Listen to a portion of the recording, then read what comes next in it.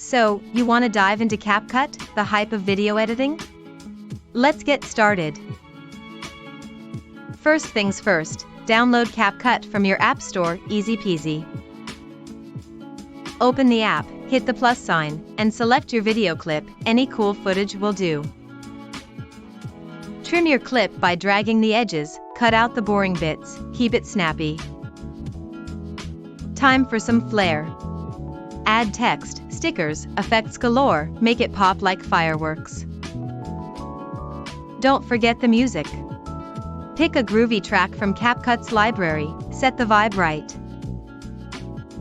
Smooth transitions are key. Swipe through the options, choose what fits your style. Final touches time. Adjust brightness, contrast, saturation, make it pop. Now hit that export button, share your masterpiece with the world. You're a CapCut whiz.